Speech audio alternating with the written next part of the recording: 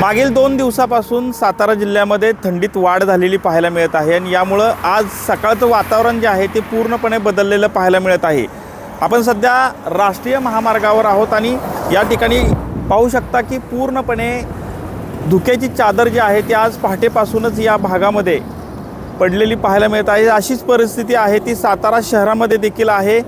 यामुळे मोठ्या प्रमाणात हे जे धुकं आहे ते सर्वत्र पसरलेलं आपल्याला एकूणच पाहायला मिळत आहे। या महामार्गावरून वाहन प्रवास करणाऱ्या नागरिकांना देखील याचा त्रास होत आहे। तो वाहनं देखील धीम्या गतीनं या महामार्गावर आहेत।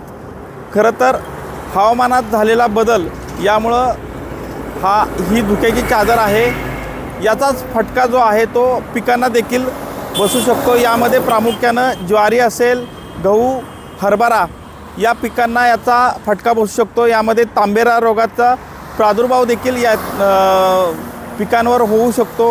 त्यामुळं याचा शेतीवर परिणाम देखील होऊ शकतो असंच म्हणावं लागेल। याबरोबरच आता सध्या जी धुक्याची चादर आहे ती मोठ्या प्रमाणात सातारा शहरात असल्याचं एकूणच चित्र पाहायला मिळतंय। कॅमेरामन तुषार जाधवसह संतोष नारोडे, TV9 मराठी, सातारा।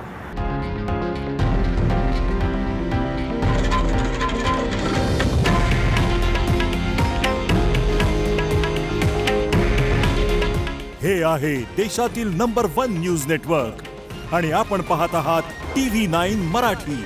काळजी तुमची, हित महाराष्ट्राचं।